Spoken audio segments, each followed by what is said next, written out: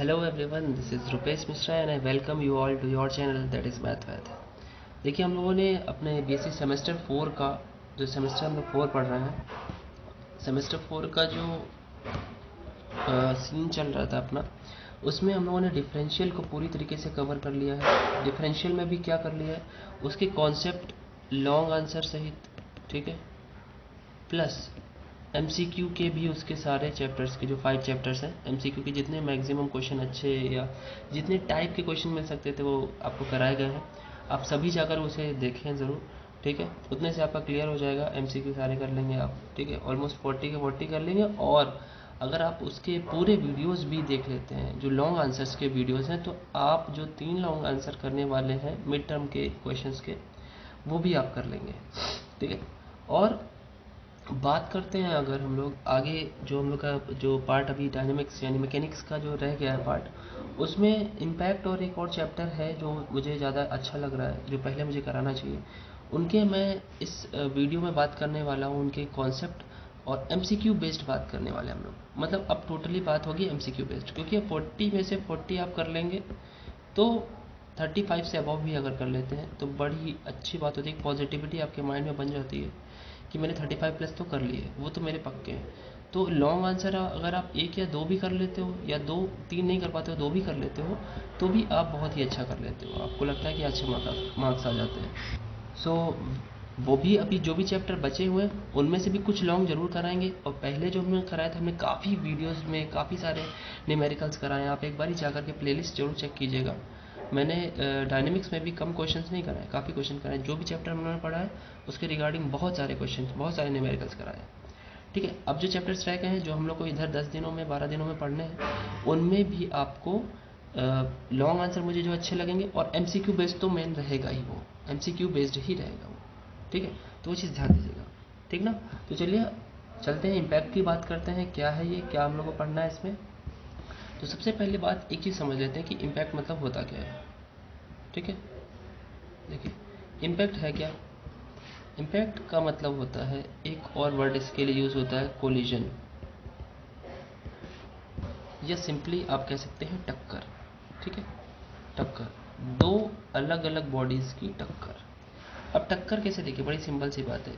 दो बॉडी दोनों के अलग अलग मास है। लेट से एक बॉडी ए है और एक बॉडी है हमारी बी। दोनों के अलग अलग मासेस हैं, एक का एम है, एक का एम डैश है, ठीक है। अब वो कब टक्कर होंगे, कब टक्कर होगी उनकी, या तो दोनों एक दूसरे की तरफ आ रहे हों तब टक्कर हो सकती है, या तो एक चीज़ और कह सकते हैं आप कि अगर इस इसकी वेलोसिटी, देखिए वेलोसिटी भी कुछ होगी इनकी, है ना। तो अभी हम बताते हैं आपको कि क्या है पूरा सीन। ये दोनों एक दूसरे की तरफ आ रहे हो, या अगर कुछ ऐसा हो कि ए बी की तरफ जा रहा हो, बी भी उसी डायरेक्शन में जा रहा हो, लेकिन ए की जो स्पीड हो वो ज़्यादा हो, तो भी ये जाकर कभी ना कभी ये टकरा ही जाएगा, ठीक है। तो ये टक्कर एक तरीके की ये हो गई। तीसरा क्या हो सकता है, अगर हम लोग एक बात करें कि ये ए है हमारा और ये बी है बॉडी, ठीक, ये रेस्ट पे है, रेस्ट पे रखा हुआ है, लेकिन ये मोशन में है, तो भी जा करके कोलिजन हो जाएगा। बात समझ में आ रही है। तो ये सारी चीज़ें कोलिजन हो सकती हैं, मतलब ये दो एक तरीके की टक्कर हो सकती है। कोलिजन मतलब टक्कर, समझिए सिंपल सी, ठीक है। तो ये सारी पॉसिबिलिटीज़ हो सकती हैं कि ये टक्कर कब होगी। अब थोड़ा सा और चीज़ें देखते हैं कि ये तो मीनिंग समझ में आए कि क्या होता है कोलिजन, क्या होता है इम्पैक्ट, ठीक है। एक इम्पैक्ट वो होता है जो हम लोग किसी पर अपने व्यक्तित्व का इम्पैक्ट डालते हैं, कि भाई हमारा व्यक्तित्व, मैंने किसी पे फर्स्ट टाइमिंग किसी पे होता है ना, इम्प्रेशन कह सकते हो आप, तो वैसा कुछ ये इम्पैक्ट भी होता है कि हमारा प्रभाव क्या पड़ा, ठीक है। तो वो प्रभाव तो मान लीजिए अलग बात हो गई। यहाँ पे जो रियल में टक्कर होती है दो चीज़ों की, उनमें से जो टक्कर के पहले की चीज़ें होती हैं और टक्कर के बाद की चीज़ों में क्या डिफरेंस आता है, वो चीज़ हमें पढ़ना है यहाँ पर, ठीक है। अब देखते हैं कि टक्कर करने पे यानी कोलिजन करने के बाद क्या चेंजमेंट आता है, समझते हैं। अब देखिए, जैसे अगर बात करें, दो हमारे पास बॉडीज़ हैं, बॉडी बोल लो चाहे पिंड बोल लो, ठीक है। अभी उन लोगों में टक्कर नहीं हुई है, ठीक है, और दोनों की वेलोसिटी कुछ है। लेट से कुछ ये ए बॉडी है, ठीक है, इसका मास m है, ये बी बॉडी है, इसका मास m डैश है, ठीक। अभी स्टार्टिंग में मान लेते हैं ये जो है इसकी वेलोसिटी जो है u है, ठीक, और दूसरे वाले की वेलोसिटी लेट से मान लेते हैं ये डायरेक्शन अब इधर ही को चल रहा है, थोड़ी देर के लिए मान लेते हैं इसकी जो वेलोसिटी है इसकी आप मान लो u डैश, ठीक है ना। अब क्या होगा जब ये अभी पहले तो अभी इम्पैक्ट नहीं हुआ है, मतलब जस्ट पहले की बात है, जस्ट बिफोर इम्पैक्ट, मतलब लड़ने से जस्ट पहले की बात कर रहा हूँ मैं, ठीक है, लड़ने से जस्ट पहले की बात, तो उसकी वेलोसिटी ए वाले की वेलोसिटी u और बी वाले की u डैश, m और m डैश तो है ही, वो तो वेट वो तो उनका जो मास है वो तो वही रहेगा। फिर उसके बाद जब वो टक्कर उन दोनों में हो जाती है, और टक्कर होने के बाद होता क्या है ज़रा ध्यान से सुनिए, टक्कर होने के बाद कुछ चेंजमेंट आएगा ज़रूर। क्या चेंजमेंट आएगा भाई, क्या मास बदल जाएगा? नहीं, मास नहीं बदलेगा। हम ये मान के चल रहे हैं कि अभी थोड़ी देर के लिए ये जो बॉडी है हमारी वो लड़ने के बाद टूटने नहीं वाली है, ठीक है। तो सिंपल सी बात है कि वो अगर टूट जाएगी तो भाई मास तो चेंज हो जाएगा। वेरिएबल मास नहीं है ये कांस्टेंट मास है, ठीक है। मास हमारा क्या रहेगा यहाँ पे, कांस्टेंट रहेगा। वेरिएबल मास की बात अभी नहीं हो रही है, ठीक है। वो अलग, वो हमारे क्या कहते हैं सिलेबस से अलग चला जाएगा वो, ठीक है ना। अब देखिए जब टक्कर होगी, टक्कर होने के बाद हम लिखेंगे जस्ट आफ्टर कोलिजन, मतलब लड़ने के बाद, या इम्पैक्ट बोल लो, छोटा सा वर्ड है, कोलिजन ज़्यादा बड़ा वर्ड है। जस्ट आफ्टर इम्पैक्ट मतलब लड़ने के बाद क्या होगा, ठीक है। लड़ने के बाद लेट से इनकी वेलोसिटी चेंज हो गई, मान लेते कुछ हो गया, इसका v हो गया और इसकी वेलोसिटी v डैश हो गई, ठीक है, कोई दिक्कत नहीं। तो चेंजमेंट क्या आएगा, उनकी वेलोसिटीज़ में आ जाएगा चेंजमेंट, ठीक है। और देखिए मैंने डायरेक्शन तो ऐसे ही शो कर दी है, ये जो आपके सामने ये डायरेक्शन मैंने बनाई है ये वाली कि इधर ही आ रहा है, ये भी इधर ही आ रहा है। ज़रूरी नहीं है कि ये इधर ही आए, हो सकता है ये अपोजिट डायरेक्शन में भी घूम सकता है, इधर भी जा सकता है। तो वो चीज़ अभी हम लोग जब क्वेश्चंस पढ़ेंगे वहाँ पे चीज़ें पता चलेंगी। ये तो मैंने ऐसे ही एक एग्जाम्पल ले लिया कि ये दोनों एक दूसरे की तरफ आ रहे हैं, ये लड़ने के बाद तो फिलहाल दूर दूर भी हो जाते हैं, ठीक है। हो सकता है ये इधर चला जाए, डायरेक्शन किधर भी हो सकता है ये इधर चला जाए, ठीक ना।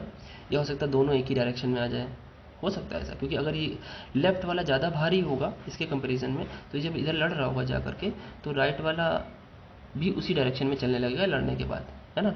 और कुछ कम ज़्यादा वाली बात होती तो जान ही रहे हो आप, चाहे तो आप दो ऐसे ही ब्रिक्स को लो और उनको लड़ा करके देखो क्या होता है। तो ये बात मेन चीज़ हो गई। चेंजमेंट क्या हुआ वी और वी डैश में। तो और क्या चेंजमेंट होता है आपको पता है, वी में जब चेंज आता है तो और भी चीज़ें चेंज होती हैं। वी यानी वेलोसिटी में चेंजमेंट आएगा तो इसका मतलब उसका मोमेंटम चेंज होगा, उसका एक्सेलरेशन चेंज हो सकता है। तो हमें यहाँ पे क्या क्या बात करनी है, हमें बात क्या करनी है, ठीक है। और एक चीज़ ध्यान दीजिए, जब ये लोग दो बॉडीज़ जब लड़ती हैं एक दूसरे से आकर के तो एक लाइन बनती है। देखिए भाई सीधी सी बात है, आप उन्हें लड़ाना चाहते हो तो एक स्ट्रेट लाइन में ला करके लड़ा रहे होगे। तो ये जो लाइन बनती है इस लाइन का नेम होता है कुछ, क्या बोलते हैं इसको, लाइन ऑफ इम्पैक्ट, ठीक है, लाइन ऑफ इम्पैक्ट। और अगर ये जैसे लड़ रहे हैं स्ट्रेट, देखिए इस लाइन पे ही ये पैरेलली लड़ रहे हैं आकर ना। अगर मैं बात करूं कि इस पॉइंट पे जहाँ पे लड़ रहा है वहाँ पे एक टेंजेंट खींची जाए और इस पर भी एक टेंजेंट खींची जाए तो इस पर ये देखिए 90 डिग्री बना रहा है ना। जब ये ऐसा कुछ होता है, जब 90 डिग्री बना रहा होता है तो ऐसे कोलिजन को कैसा कोलिजन बोलते हैं, डायरेक्ट कोलिजन या डायरेक्ट इम्पैक्ट बोलते हैं। दो चीज़ें पढ़नी है हमें, डायरेक्ट इम्पैक्ट पढ़ना है और ऑब्लिक इम्पैक्ट पढ़ना है। ऑब्लिक में क्या होता है, ये तिरछा आकर के लड़ रहा होता है, दो चीज़ें जो होती हैं अलग ही डायरेक्शन में होती हैं, ठीक है, बताते हैं उसको। तो जो चीज़ मैंने यहाँ बताया कि जो यहाँ पे टेंजेंट होगा, यहाँ पे टेंजेंट होगा उसका अलोंग सेम नॉर्मल, अगर इस टेंजेंट का हम नॉर्मल देखें तो यही सेम नॉर्मल दोनों पे जा रहा है ना। ये क्या होता है, इसको डायरेक्ट इम्पैक्ट क्यों बोलते हैं, क्योंकि ये सेम नॉर्मल पे जा कर के होता है। ध्यान रखना है ये वर्ड में जो जो चीज़ें यहाँ पे लिख रहा हूँ वो सारे के सारे आपको ध्यान रखने हैं सेम नॉर्मल पे। जब सेम नॉर्मल की बात होती है तो कैसा कोलिजन होगा, कैसा इम्पैक्ट होगा, डायरेक्ट इम्पैक्ट होगा, ठीक है, सिंपल इम्पैक्ट, ठीक। और जो दूसरा वाला है जो ऑब्लिक इम्पैक्ट है वो दूसरा पॉइंट है हमारे इस चैप्टर का, ठीक है। तो ये सारी चीज़ें आप पहले दिमाग में रखना है आपको। उसके बाद हम इनके लॉज को पढ़ते हैं कि क्या क्या चेंजमेंट आता है, कैसे कैसे चेंजमेंट आता है। अब देखिए न्यूटन थर्ड लॉ यहाँ पे यूज़ हो रहा है, कैसे यूज़ हो रहा है जरा ध्यान से सुनिएगा। जो हम बात करते हैं दोनों जो हमारे इम्पैक्ट हुए, इम्पैक्ट के जस्ट पहले की बात, जस्ट बिफोर कोलिजन या जस्ट बिफोर इम्पैक्ट की बात करें इसकी, चाहे इसकी बात करें, ठीक। तो जो पहले लड़ने से जस्ट पहले जो चेंजमेंट आया है, लड़ने के जस्ट पहले जो मोमेंटम होगा वो ए वाले का मोमेंटम कितना होगा एम व्यू, और लड़ने के बाद मोमेंटम कितना होगा एम वी। तो अगर हम चेंजमेंट की बात करें तो M V minus M U होगा। तो ये जो ए का मोमेंटम में चेंज आया है उतना ही चेंज हमारे बी वाले में भी होगा, मतलब जो हमारा ए वाला है वही वाला उतना ही सेम इम्पैक्ट या उतना ही सेम मोमेंटम में चेंज जो होता है वो बी वाले में भी आएगा, लेकिन दोनों की डायरेक्शन अपोजिट है। इस वजह से जो आपको क्या करना पड़ेगा, डायरेक्शन अपोजिट को सेम करने के लिए किसी एक में माइनस का मल्टीप्लाई करना पड़ेगा। तो ये बात मैं क्या बोल रहा हूँ जरा अभी आपको समझाता हूँ। देखिए तो करना क्या है, चेंज इन मोमेंटम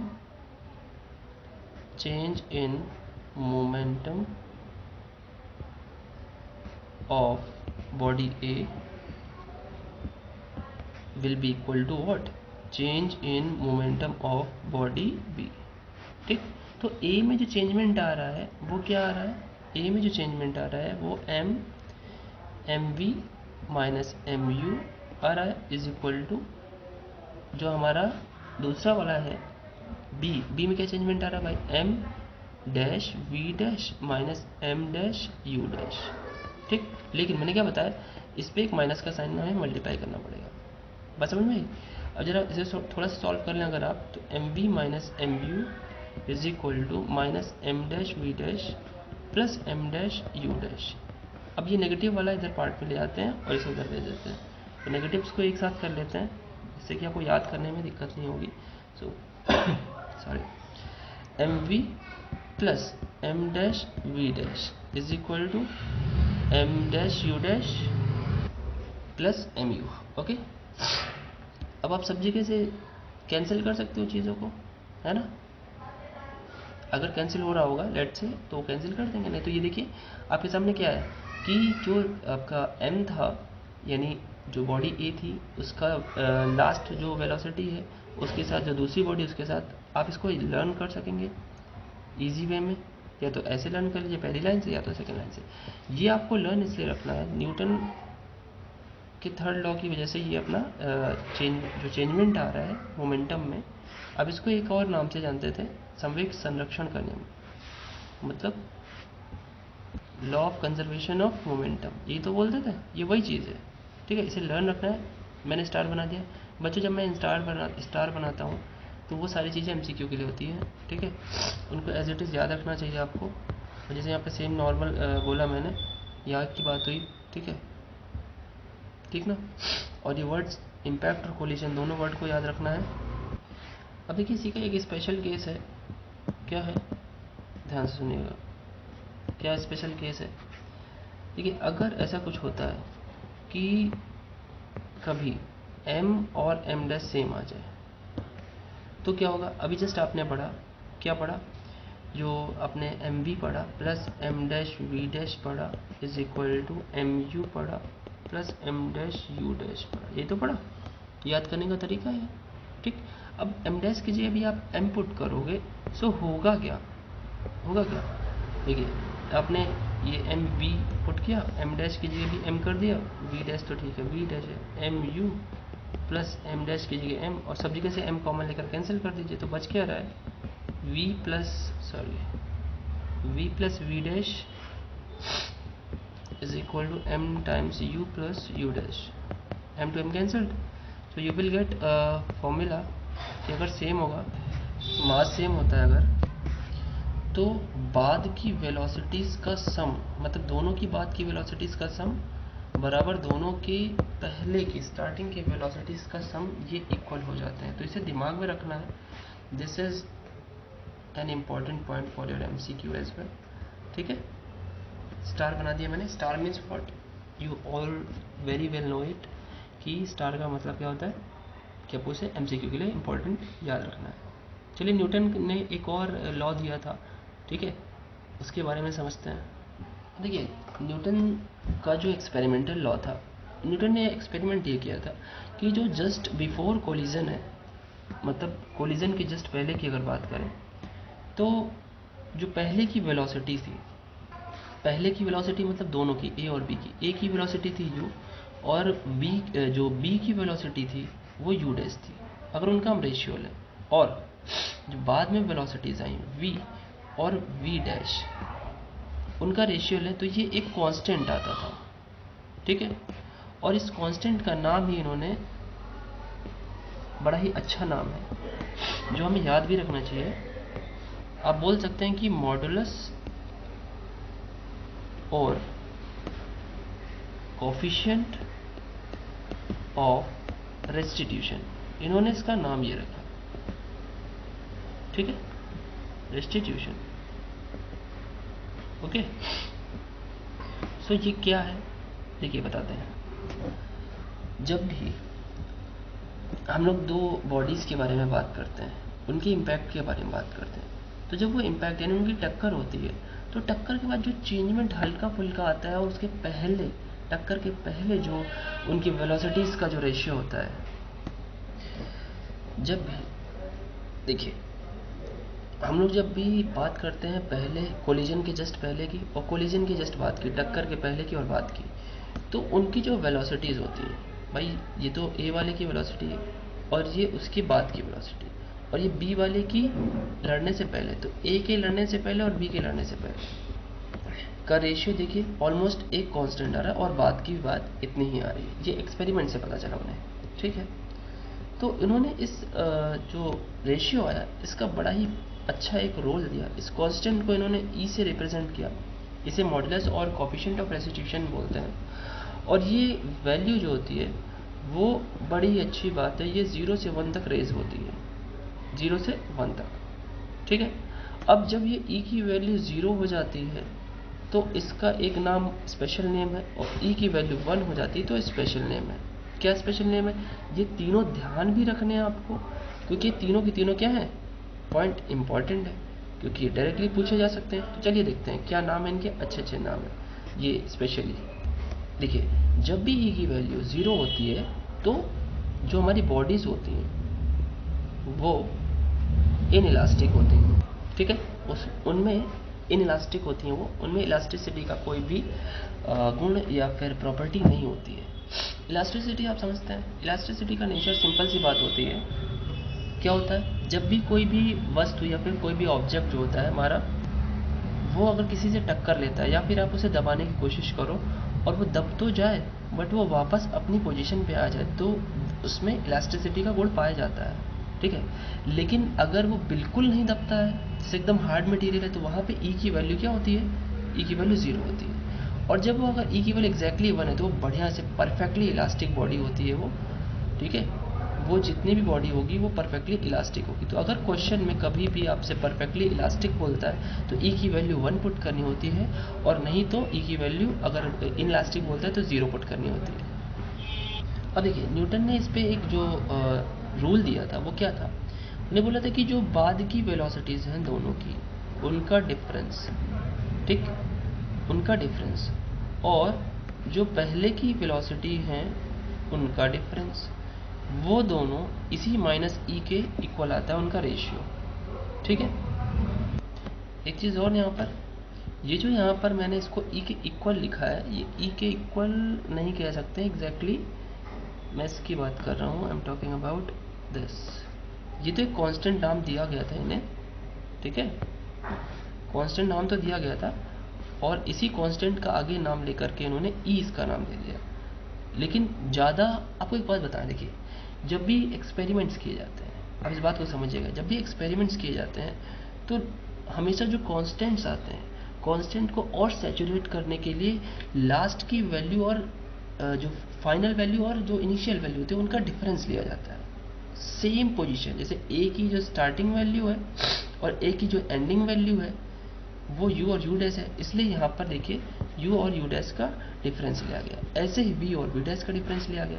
तो एक बात बड़ी ही सिंपल सी मालूम पड़ती है, जो ये कांस्टेंट आता है इसको बहुत ही सैचुरेटेड ढंग से इसकी वैल्यू फाइंड आउट की जाती है, ठीक है।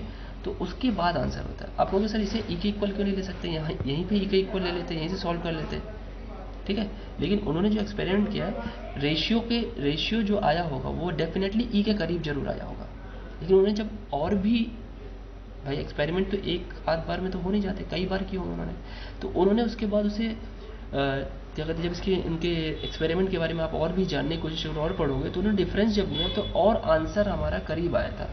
ठीक है, ठीक है भाई। तो ई की वैल्यू हमारी क्या है, v minus V dash upon U minus V dash is equal to minus E. आपको ये लर्न रखना है, ध्यान रखना है, ये लर्न रखना है आपको, इंपॉर्टेंट पॉइंट है। ठीक है, अच्छा आगे बढ़ते हैं। अब डायरेक्ट इम्पैक्ट करने पे हम लोग के पास क्या क्या चीज़ें मिलती हैं, क्या क्या चीज़ें रहती हैं, चलिए उनको पढ़ते हैं। चलिए देखिए, डायरेक्ट इम्पैक्ट की अब हम बात करें सिंपल सी, जो स्मूथ हमारे स्पेयर्स हैं एकदम स्मूथ रहेंगे, याद रखिएगा। स्पेयर्स हमें कैसे लेने हैं, स्मूथ बॉडीज़ लेनी है, और बॉडीज़ तो कई तरह की शेप की हो सकती है, लेकिन यहाँ हम लोग को सिर्फ बात करनी है स्मूथ स्फेयर की इम्पैक्ट्स की। ठीक है, ऐसा नहीं हमें स्क्वायर का इम्पैक्ट लेना है या किसी अदर ऑब्जेक्ट, किसी अदर शेप का इम्पैक्ट लेना है, नहीं ऐसा नहीं करना है, सिर्फ स्मूथ स्फेयर की बात करनी है। ठीक है, इसमें अलग से कोई फ्रिक्शन ना हो, उबड़ खाबड़ ना हो, स्मूथ हो बिल्कुल। ठीक है, तो दो इक्वेशन हमें मिली अभी जस्ट कि भाई M U plus M U dash is equal to sorry M dash U dash और M V plus M dash V dash, ये तो मिली थी। ये इक्वेशन एक ये मिली मुझे, और एक ये जस्ट अबव वाली जो मिली मुझे v minus V dash u minus U dash को राइट हैंड, इस वाली इक्वेशन की बात करो, इसमें u माइनस यू डैश को राइट हैंड साइड भेज देते हैं, तो minus E times u minus U dash, equation number 2। अब इन दोनों को सॉल्व करेंगे। कैसे सॉल्व करेंगे भैया, बड़ी सिंपल सी बात है, आप एलिमिनेशन क्लास 10th में जो सीखा था आपने उसका इस्तेमाल कर लीजिए, जिसको आपका मन है कट करने का उसको कट कर लीजिए। मतलब अगर मुझे थोड़ी देर के लिए देखना हो कि मुझे वी डैश को कैंसिल आउट करना है, वी डैश, तो इसका कोफिशिएंट एम डैश है तो वो पॉजिटिव है, तो एक काम करेंगे हम कि हमें क्या करना है, सेकंड इक्वेशन में एम डैश का मल्टीप्लाई कर लेंगे। ठीक है, और ये चीज़ लिख भी देंगे, आपका मन है तो लिख लीजिएगा कि multiplying with this, okay, multiplying, ये सॉल्विंग मैं लिख दे रहा हूँ डायरेक्टली, आप समझ जाइएगा, सॉल्विंग 1 into वी गेट, क्या मिलेगा, बड़ी सिंपल सी बात है, जब आप दोनों तरफ एम डैश का मल्टीप्लाई कर लेंगे तो आपको वी डैश और वी दोनों की अलग अलग वैल्यू मिल जाएगी। तो देखिए मैं लिख रहा हूँ और आपको कोशिश करता हूँ कि उसको याद करने का तरीका भी बता दूँ। ठीक है, चलिए देखते हैं।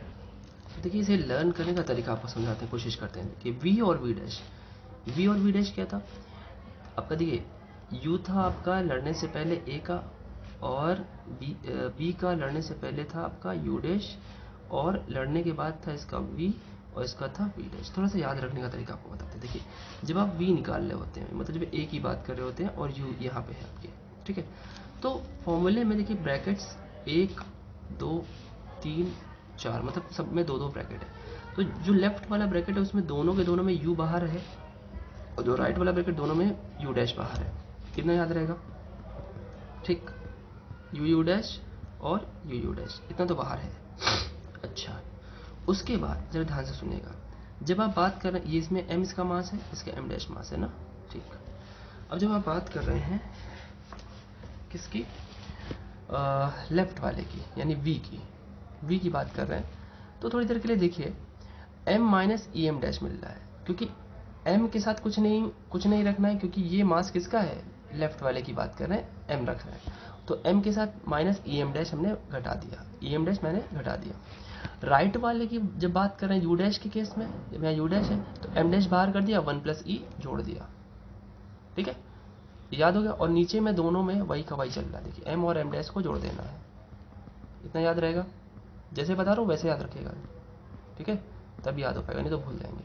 अच्छा, दूसरे वाले में जब आप वी डैश की बात कर रहे हैं, जब वी डैश की बात कर रहे हैं तो इसका मतलब नीचे तो वही है, कोई दिक्कत नहीं, एम डैश में से आपको ई एम घटाना पड़ेगा। जैसे यहाँ पे v की बात करें तो m में से ई एम डैश घटा रहे थे, यहाँ पे आप दूसरे वाली v डैश की बात कर रहे हैं तो आपको m डैश में से ई एम घटाना पड़ेगा, और उसको राइट में रखना पड़ेगा, इसमें लेफ्ट में तो इसमें राइट में, और उसमें राइट में तो इसमें लेफ्ट में। ध्यान देखिए, वहाँ पे u डैश था तो m डैश आया, यहाँ पे u है तो m आएगा, और 1 प्लस ई तो दोनों में सेम है, मेरे ख्याल से याद हो गया होगा, ठीक है, ऐसे ही याद रखिएगा। और मैं इसे याद क्यों कराना चाहता हूँ, क्योंकि हो सकता है कि डायरेक्टली पूछ ले आपसे, और इसी पे बेस्ड हम लोग क्वेश्चन जब करेंगे, एक आध जो थोड़े बहुत अच्छे जो लॉन्ग आंसर है 5-6 हैं जो मुझे लगते हैं कराने चाहिए, तो वो हम लोग वीडियो में कवर करेंगे। अभी हम लोग प्रीलिमिनरी चीज़ें, छोटी छोटी चीज़ें समझ रहे हैं, ठीक है, और ये सारी की सारी इंपॉर्टेंट है एमसीक्यू के लिए, ठीक।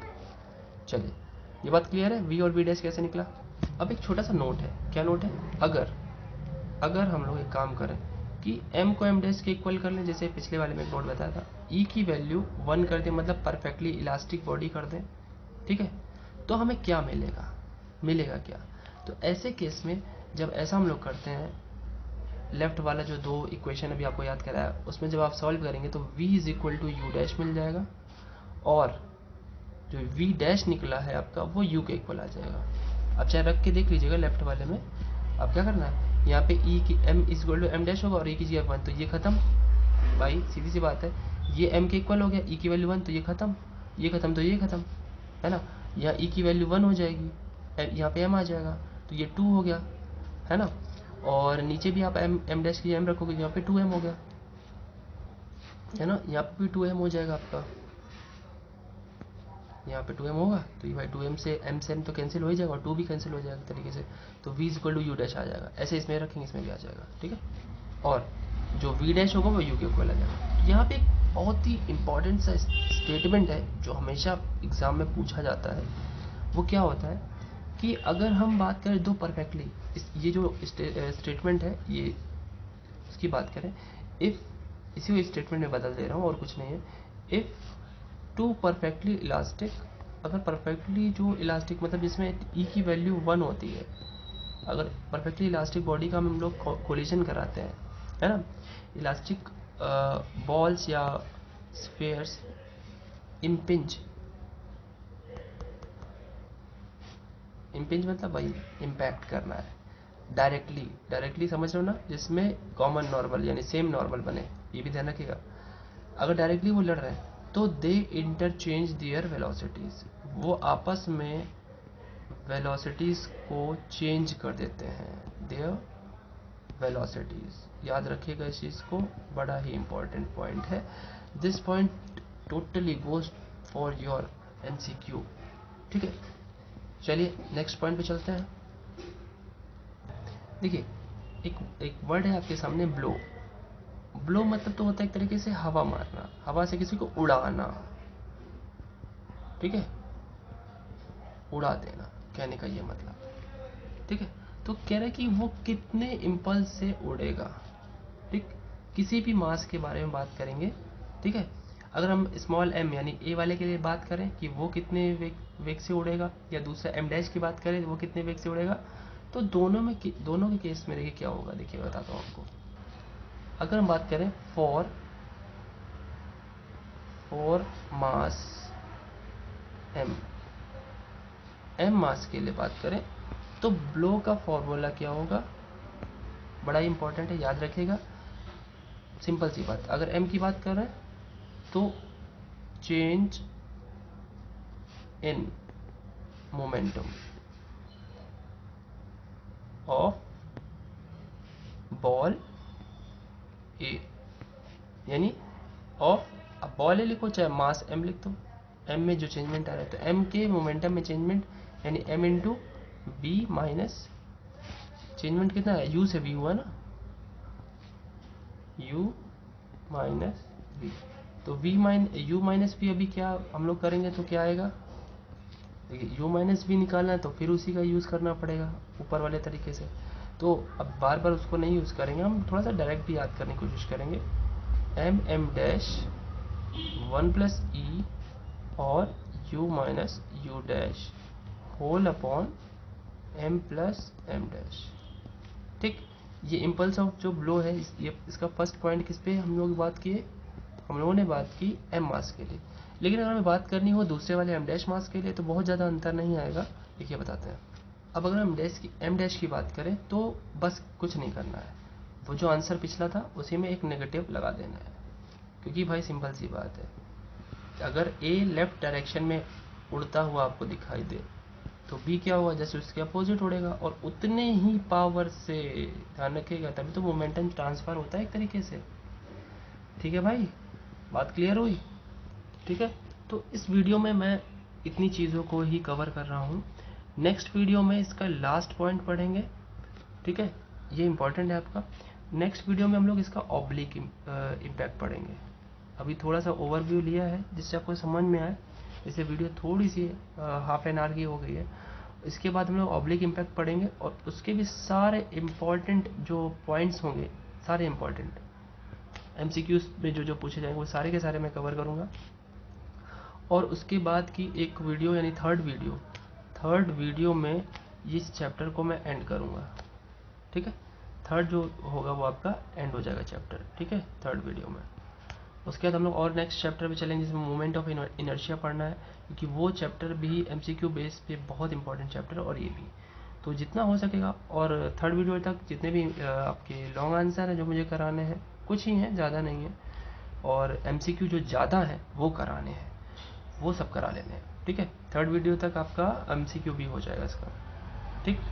तो लगे रहिए, वीडियो को शेयर कर दीजिएगा। आप सभी जो हमारे DDU और सिद्धार्थ नगर यूनिवर्सिटी वाले हैं, उन सभी का फिज़िक्स और केमिस्ट्री का तो एग्ज़ाम हो गया है, मैथ्स का बचा है, तो मैथ्स के लिए वो आप शेयर कर सकते हैं और बड़े ही आराम से वो इजीली एक्सेस कर सकते हैं हमारे टेलीग्राम चैनल को भी।